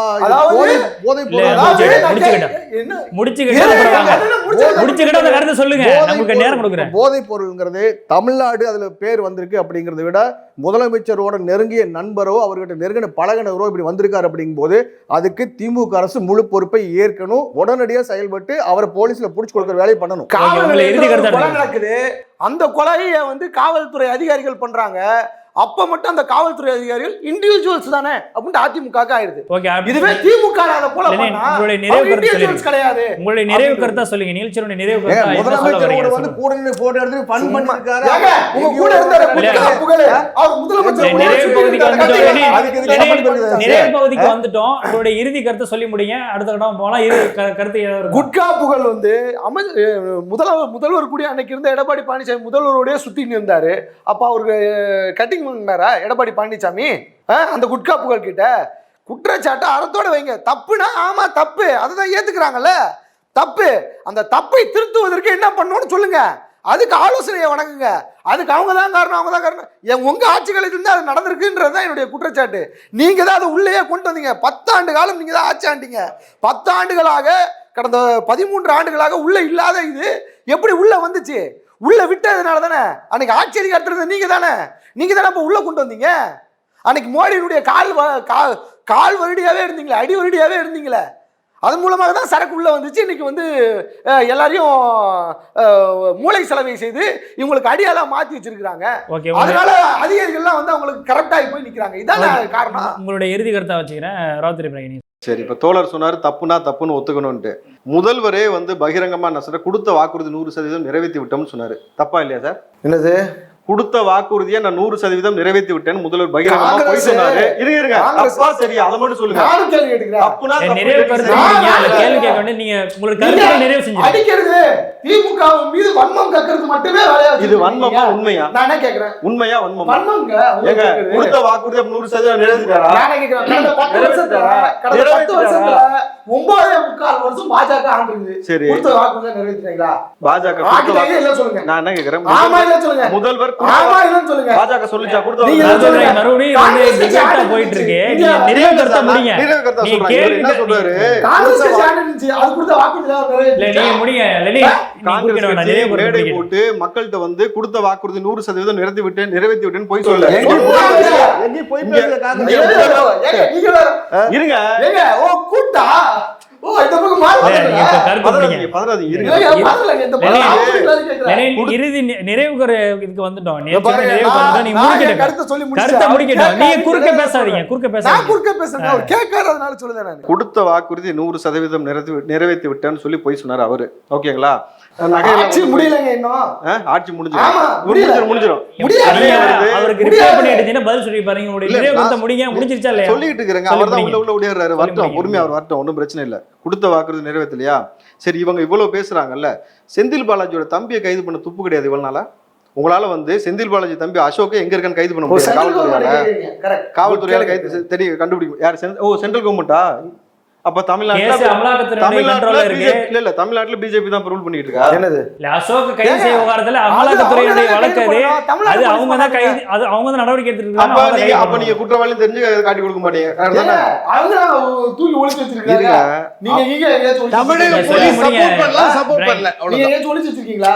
தமிழக போலீஸ் சரி, சப்போர்ட் ஓகே. பண்ணலாம், சப்போர்ட் பண்ணல. இப்ராஹிம், உங்களுடைய நிறைவு கருத்தை வச்சுக்கிறேன். கிருஷ்ணசாமி சார், நீங்க சொல்லுங்க. என்ன நிறைவு கருத்தா? அப்ப பேசுங்க. நீங்க பேசவே நிறைவு கருத்தா வச்சுக்கிறேன். நீங்களே அப்புறம் நீங்க பாட்டுக்கு பதில் சொல்லாம அப்படியே பேசிட்டு பதில் திமுக சொல்லிட்டு மாதிரி வச்சுக்கிறேன். இருங்க, நான் என்ன சொல்றேன், முத்தாய்ப்பா 3 கருத்தை சொல்லுங்க. முத்தாய்ப்பா சொல்லலாம் சார். மும்மணிகள் ஆ. மும்மணிகள் கிளீனா சொல்லுங்க. சொல்லுங்க. என்ன அடிங்க. பண்ணணும்? அரசு 1, 2, 3 அரசு அடுத்த அடிங்க. கட்டமா என்ன பண்ணணும்? இந்த விவகாரத்துல என்ன நடவடிக்கை இருக்கு? இன்ஷா அல்லாஹ் இந்த நீங்க வந்து பொறுமையா இருக்கணும். நீங்க வந்து பொய் சொல்லக்கூடாது. ஆறாமாயிரம் பாத்துக்கோங்க. சரிங்க. இறைவன் மிகப்பெரியவன், சரிங்களா? அதனாலதான் வந்து 3 வருஷமா கடத்தினவங்கலாம் அப்பெல்லாம் மாட்டி விடாம இப்ப மாட்டி விட்டாரு. கரெக்டுங்களா? இப்ப எலெக்ஷன் நேரத்துல தூக்கி நொங்க எடுக்கிறதுக்கான வேலை. ரெண்டாவது விஷயம், இதை பிஜேபி அரசியல் செய்வதற்கு ரெடியா இருக்கிறாங்க. என்னன்னாக்கா, ஏற்கனவே சனாதன மேட்டரை பேசுனீங்க, தொடர்ந்து பேசுவேன்னு சொன்ன உதயநிதியால தைரியமா ஒரு ஆண்மகனா பேசுறதுக்கு இப்ப பயப்படுறாரு. பாட்னா நீதிமன்றம் கூப்பிட்டுச்சு அதோடைய வழக்குக்காக, நேரில் போய் ஆஜராகாம அட்வொகேட் அனுப்பிச்சாரு. இந்த நேரத்துல உதயநிதி என்ன சொல்றாரு, நாங்க சனாதனத்தை திருப்பி பேசுவேன்னு சொல்றீங்கல்ல, இப்போ மறுபடியும் பேசுங்க. அதே போல இதை எப்படி துண்டு பிரசங்கம் அடிச்சு கொடுத்தாங்களோ அதே போல இந்த இந்தியா கூட்டணியில் இருக்கக்கூடிய இந்த திமுக தான் இவ்வளவு பெரிய ட்ரக் மாஃபியாவால் செஞ்சிருக்கிறாங்க. இந்த ஆட்சி தான் நம்ம இந்தியா முழுக்க வேணுமான ஒரு கேள்வி எழுப்பும்பொழுது அது இந்தியாவுக்கும் அவர் பெயர் வருது. இங்க இருக்கக்கூடிய கட்சிகள் எதுவுமே ஜெயிப்பதற்கான வாய்ப்பு இல்லாமல் இருக்கு. ரெண்டாவது விஷயம் நான் கேட்க வேண்டியது, அசோக்கை உங்களால கைது பண்ண முடியாது. இப்போ சாதிக் பாஷாவுடைய மரணம் எப்படி நடந்துச்சுன்னு தெரியும். கிட்டத்தட்ட அவர் போலவே இவருக்கும் அந்த நிகழ்வு ஏற்படும் போன்ற அச்சம் எல்லாத்துக்கும் வந்துட்டு இருக்கு. ஏன்னா இவரை வந்து 5 நாள் கழிச்சு சோக்கால் நோட்டீஸ் விட்டுறீங்க, அவர் வந்து தப்பிச்சு போகக்கூடாது ஏர்போர்ட்லன்னு. அவன் ஹார்பர்ல வச்சு தான் எல்லா வேலையும் பண்ணிட்டு இருக்கான். டன்னா அனுப்புற அவனுக்கு ஒரு 50 கிலோ அவன் தான் அழகா சொகுசா உட்காந்து போயிருக்க மாட்டானா? ஸோ இது ஒரு பக்கம் போயிட்டு இருக்கு. நீங்க ஆட்சி செய்யக்கூடிய லட்சணம் எந்த முறையில் இருக்குன்றது உங்களுக்கு நல்லபடியாக தெரியுதா தெரியலையா? நீங்க இங்க ஒவ்வொரு துறையில் இருக்கக்கூடிய நபர்களும் இங்க போராடி கொண்டு இருக்கிறாங்களா இல்லையா? அது இருக்கக்கூடிய ஆசிரியர்கள், மருத்துவர், செவிலியர் ஒட்டுமொத்த பேரும் போராடுறாங்க. இங்க இருக்கக்கூடிய நபர்கள் எல்லோருடைய வாழ்வாதாரம் அளிக்கிறீங்க. நீங்க அதெல்லாம் ஒரு பக்கம் கனிம வள இயற்கை வள திருடலாம் வந்து பாத்தீங்கன்னா சின்ன சின்ன விஷயமா இருந்தாலும் நாட்டுடைய வளங்களை திருடுவது. ஆனா இது வந்து ஒரு மிகப்பெரிய ஒரு சமூகத்தையே வந்து சீர்கெடுக்கக்கூடிய விஷயம். இந்தியாவுக்கு அவப்பேர் இந்த ட்ரக்கை தொடச்சி அவன் எடுத்துக்கிட்டு இருந்தானா மறுபடியும் இந்த ட்ரக்குக்கு அடிக்ட் ஆகிறவன் என்ன வேணாலும் செய்வான் அந்த ட்ரக்குக்காக. அதற்காக அவனை தீவிரவாதத்துக்கும் பயன்படுத்துவதற்கான சாத்தியக்கூறு இருக்கு, கொலை செய்வதற்கு பயன்படுத்தக்கூடிய சாத்தியக்கூறு இருக்கு. அப்படி இருக்கும் பொழுது உலக நாடுகள் நாளைக்கு சும்மா இருக்குமா? ஆஸ்திரேலியாலேருந்து வராங்க, சார் நீங்க இங்க இருக்க போலீஸா இருந்தா நீங்க அரெஸ்ட் பண்ணலாம், கொண்டு போய் புழல்ல வச்சுட்டு நீங்க வந்து கேசரி சாப்பிடலாம், பைனாப்பிள் கேசரிலாம் சாப்பிடலாம். ஆஸ்திரேலியாந்து தூக்கிட்டு போயிட்டாங்கன்னா சுருக்கிட்டு தாங்க இருக்கிறேன். ஏன் அவசரப்படுறீங்க? இருங்க, நிறைவு தான் வருது. ஆஸ்திரேலியா கவர்மெண்ட் வருதுனாக்கா அவன் வந்து என்ன பண்ணுவாங்க, அவங்களுடைய நீதிமன்றத்துக்கு கூட்டு போன ஆசைப்படுறாங்க. இந்த பக்கம் நியூசிலாந்து வந்து கூட்டு போன ஆசைப்படுறாங்க. அப்போ விசாரணை வளையத்துக்குள் யாரெல்லாம் சீக்கிரங்களோ கொண்டு போய் அவங்களுடைய நாட்டுல இருந்து வச்சு ஒரு வேலை தூக்கு போடுறாங்கன்னா இது எவ்வளவு பெரிய இந்தியாவுக்கு அவப்பெயர். உலக நாடுகள் முழுக்க நம்ம ஏதோ நாடுகளை சொன்னோம் ட்ரக்னு சொல்லிட்டு. அப்போ தமிழன் சொல்லி ஒரு வருத்தம் இந்தியா தமிழ் நடக்குது, அங்கெல்லாம் ஏன் வருத்தப்பட மாட்டேங்கிறாரு இப்ராஹிம்? ஏன் தமிழ்நாட்டிலேயே வருத்தப்பட்டு இருக்காரு? நீங்க எல்லா திருடனும் கம்பேர் பண்ணுவாரு, நல்லா கூட கம்பேர் பண்ண மாட்டாரு. நம்ம சொல்றேன் குற்றவாளி இவ குற்றவாளி முடிச்சிருங்க. அடுத்த நிறைவு பகுதியோட முடிச்சிடலாம். நிகழ்ச்சியோட நிறைவு பகுதி வந்து சொல்லிட்டேன். நான் பேசிட்டு இருக்கும்போது ஏன் தமிழ்நாட்டை பத்தி கவலைப்படுறாரு? தஞ்சை எங்க தமிழ் மண் வந்து நமக்கு இருக்கிற வரலாறு உங்களுக்கு தெரியுமா? இல்ல எனக்கு வரலாறு இல்ல, தெரியும். அது தனியா டாபிக் நம்ம வச்சு முடிக்கணும். தஞ்சாவூர் கோயில் ஏன் வந்து முடிச்சிட்டீங்களா? டெல்லியில தஞ்சாவூர் பெரிய கோயில் ஏன் டெல்லியில இல்லைன்னு கேக்குற மாதிரி இருக்கு. நான் அப்படி பைத்தியக்காரத்தனமா கேட்கலையே. இங்க இல்ல, இருக்கக்கூடிய நான் மக்கள் கேட்கலையே. அதான் நம்ம நான் என்ன கேட்கிறேன்? நானு இங்க மட்டும் பொங்குறீங்களே காங்கிரஸ், மத்த இடங்கள்லாம் இருக்குது, ஏன் அங்கெல்லாம் பொங்கி எல்லாம் பண்ணிருக்கீங்கன்னு கேட்கிறேன். ஏன் அங்க வந்து சாத்திக்கிட்டு முடிக்கிட்டு போக போன்றாங்களா லெனின். கேட்கிறேன் நான். சரி இருங்க நீங்க உலகம் முழுக்க நீங்க போய் புடிங்க கிழிச்சிட்டீங்களா பெருசா? சார், இல்ல, நீங்க என்ன பண்ணிட்டு ரேம் இருக்கீங்க? சார், உங்க நேரம் முடிஞ்சிருச்சு. இது தொடர்ந்து பாருங்க. வார்த்தைகள் நயன வேணும், பார்த்து பயன்படுத்தணும். இல்ல உங்களுடைய கருத்து முடிஞ்சிருச்சு. ஒத்திக்கிட்டு சாத்தி உங்க நேர அவகாசம் தாண்டி பேசுறீங்க. ஒத்திக்கிட்டு சாத்தி சரி, ஓகே, ஓகே. உங்களால என்ன செய்ய முடிஞ்சு? இருங்க கம்யூனிஸ்ட் நீங்க என்னங்க பெருசா சாதனை பண்ணீங்க தமிழ்நாட்டுல? லெனின், நீங்க என்ன செஞ்சு நிறைய பகுதிக்கு வந்துட்டோம். உங்களுக்கு 2 சீட்டு தான், அதுக்கும் கெஞ்சிட்டு நீங்க நேரம் பேசாம இருக்கணும். நேரம் போய் முடிஞ்சிருச்சு. உங்களுக்கு நேரம் இல்லாம முடிச்சிட்டீங்களா? அதிமுகவோட சேர்ந்து ஷார்ட்டா முடியுங்க சார், ஒரு கருத்து முடியுங்க சார். அடுத்த இருக்காரு சார் கிருஷ்ணசாமி. அது நான் நிறைய பேச பகுதி மட்டும் சாட்டா முடிக்கணும். சார், எவ்வளவு லென்த்தா போயிட்டு இருக்கு, நீங்க பேசிட்டே இருக்கீங்க. முடிங்க, திமுக நிறைய அந்த கருத்து முடிங்க. செஞ்சிருக்குதுங்க, லென்த்தா தான் போயாகணும். நிறைய கருத்து சுருக்கமா தான் சொல்லணும், முடிங்க. நான் ஒன்றும் நிறைவு கருத்து சொல்லல. சார் இருக்கிறாரு, 2 பேருக்கு முடிங்க, நீங்க செல்ல சரி, முடியும். நிறைவு கருத்தை முடிக்க சொல்லுங்க, கடைசியா நான் வரேன். முடிஞ்சாச்சு. நிறைய கருத்துனா அப்புறம் நீங்க தான் கடைசியா முடிக்கணும். சார் நீங்க எல்டிஆர் சார் நீங்க சொல்லுங்க. அதான் நான் என்னன்னா எப்பவுமே வந்து நம்மள நல்லவங்க கூட கம்பேர் பண்ணணும். அவன் தப்பு பண்றான், அவன் ஃப்ராடு பண்றான், நானும் பண்றேங்கிற ஆர்குமெண்ட் அது வாதத்துக்கே ஏற்புடையதில்லை. ஓகே, ஒண்ணு அவங்களுடைய ஏங்க, பதில். அப்படி இல்ல, கிடையாது. லெனின், லெனின், ஏங்க, அவர் பதில் சொல்லிட்டு இருக்காரு. அவர் என்ன அப்படி பேசுறாரு? இல்ல, அப்படிலாம் கிடையாது. பதில் சொல்லி முடிக்கணும். அப்படி கிடையாதுங்க. ஏங்க, ஒரு அரசியல் இல்ல, நோக்கத்துக்காக என் தனி பேசப்படுது. விவாதம் அப்படி அப்போ கிடையாது. mention பண்ணதான் லெனின், சாப்பிடுறேன். கிடையவே ஏன் கிடையாது. ஸ்டாலினை மட்டும் பார்த்து கேள்வி கேட்கறீங்க? அப்படி ஏன் அமித்ஷாவை பார்த்து கேட்க மாட்டேங்கிறீங்க? எதுக்குங்க? ஏன் மோடியை பார்த்து கேட்க மாட்டேங்கிறீங்க? லெனின். ஏன் யோகி ஆதித்யநாத்தை பார்த்து கேட்க தமிழ்நாட்டுக்கு அவங்க மாட்டேங்கிறீங்க? தமிழ்நாட்டுக்கு அவங்க எங்க பிஜேபி காரன் கிள்ளி விடுறா, நீங்க வந்து வாழ்வாளு கத்திட்டு இருக்கீங்களா? இந்த அர்த்தம் கேட்கறேன். இங்க ஆட்சி சார் நீங்க சொல்லி முடியுங்க சார். சார் நீங்க ஒரு நிறைய கருத்தை மட்டும் அதான் சொல்லுங்க. ஒண்ணு. பிஜேபி காரன் தூண்டி விட்டு லெனின். பேசுறீங்க, நான் கேள்வி கேட்பேன். லெனின். பிஜேபி காரன் தூண்டி விட்டு கேள்வி கேட்டீங்கன்னா நான் கேள்வி கேட்பேன். லெனின். ரெண்டாவது திமுக காரன் உங்களை தூண்டி இந்த விட்டானா? குட்கா வியாபாரம் இன்னைக்கு நடக்கு. சென்னையில குட்கா வியாபாரம் இன்னைக்கு இருக்கு. குட்காவுக்கு கூட கொண்டு போய் இன்டர்நேஷனல் ட்ரக் கார்ட்டில் அது கம்பேர் பண்ணி பேசுறதே தப்பு. ஸோ இப்போ இந்த குற்றவாளிகளுக்கு அடைக்கலம் கொடுத்து இவ்வளோ நாள் அவங்கள வளர்த்து ஊக்குவித்தது திமுக அரசு. அது அப்படிங்கிற குற்றச்சாட்டை நான் வலிமையாக முன்வைக்கிறேன். திமுக அரசு முதல்லயே எச்சரிக்கையோடு செயல்பட்டு இருந்தால் இவங்க முதல்லயே அரெஸ்ட் பண்ணிருக்கலாம், தப்பிச்சு போகாமையும் பார்த்துருக்கலாம். இதனுடைய இறுதியான கருத்து இந்த இதுல. சார் நிறைய கருத்தா கிருஷ்ணன். பாயிண்ட் நம்பர் 1, இது வந்து அப்பார்ட் ஃப்ரம் பாலிடிக்ஸ், சட்ட அதாவது வந்து ரீதியாக ஆர்டிகல் 21 அப்படிங்கிறது வந்து வாழும் உரிமையை கொடுத்திருக்கு. அந்த வாழும் உரிமையை வந்து நிலைநாட்டுவது ஒரு அரசோட கடமை. அது மத்திய மற்றும் மாநில அரசோட கடமை. அதுதான் வந்து இம்பார்ட்டன்ட். தமிழக அரசு என்ன பண்ணணும் அப்படின்னா, மற்றதெல்லாம் மறந்துடுங்க, இதுக்கப்புறமாவது தனியா, அதாவது வந்து ஒரு உளவுத்துறை, அதாவது eyes and eyes watch dog of the government நம்ம சொல்லக்கூடிய இந்த உளவுத்துறையில NCBI மட்டும் நம்பாமல் தமிழக அரசு என்ன பண்ணணும்னா, போதைப் பொருள் சம்பந்தப்பட்ட விவகாரங்களில் ஒரு சீனியர் மோஸ்ட் ADGP IPS லெவல்ல ஒரு குழுவை அமைத்து தமிழ்நாட்டில் போதைப் பொருள் நடமாட்டத்தை வந்து கம்ப்ளீட்டா ஒழிக்கணும், எல்லாரையும் அரெஸ்ட் பண்ணணும் சம்பவத்தில் ஈடுபடுறவங்க. இந்த ஜாபர் சாதிக் விஷயத்தை பொறுத்த வரைக்கும் அவனை அரெஸ்ட் பண்ணாதான் பின்புலங்கள் மற்ற விஷயங்கள்லாம் தெரிய வரும். இப்போ இருக்கிற பொசிஷன் என்ன அப்படின்னா, தெரிஞ்சும் தெரியாமலும் அவர் வந்து DMK ஒரு மாவட்ட பொறுப்புக்கு போயிட்டார். That's all. ஏன்னா அரசியல் கட்சியில் சேருவதற்கு போலீஸ் வெரிஃபிகேஷன் அப்படிங்கிறது கான்செப்டும் கிடையாது, அவசியமும் கிடையாது. அதுக்கப்புறம் இன்னைக்கு வந்து ஃபண்டு யார் கொடுக்குறாங்களோ அவங்கள தான் வந்து சீட் கொடுக்குறாங்க. இப்போ ஒன்றுமே இல்லை. ஃபார் எக்ஸாம்பிள், நீங்கள் இந்த விருப்ப மனுன்னு ஒரு கட்சியில் போய் ஃபைல் பண்ணுறீங்க, எம்பியில் 20,000 25,000 எல்லா தொண்டர்களாலையும் அது பண்ண முடியாது. அதனால கட்சியில் வந்து உங்களுக்கு என்ன பண்ணணும், அரசியல் கட்சி அவங்க இந்த மாதிரி ஃபண்டு வாங்குறதெல்லாம் குறைக்கணும். நம்பர் 1. தெரிஞ்சும் தெரியாமலும் DMKல அவன் மிங்கிலாகி இருந்ததுனால திராவிட முன்னேற்ற கழகம், அதாவது வந்து பாரம்பரியமான ஒரு கட்சி, ஹானரபிள் MK ஸ்டாலின் என்ன பண்ணணும் அப்படின்னா, தன்னுடைய துறையின் கீழ் உள்ள DGP லெவல்ல ஒரு ADGP லெவல்ல ஒரு அதிகாரியை நியமித்து அவனையும் அவன் சம்பந்தப்பட்டவர்களையும் உடனடியாக தேடி கைது செய்து NCB ஹேண்ட் ஓவர் பண்ணணும். இன்றைய விவாத நிகழ்ச்சியில் கலந்து கொண்ட அனைத்து விருந்தினர்களுக்கும் மிக்க நன்றி. நன்றி. நன்றி.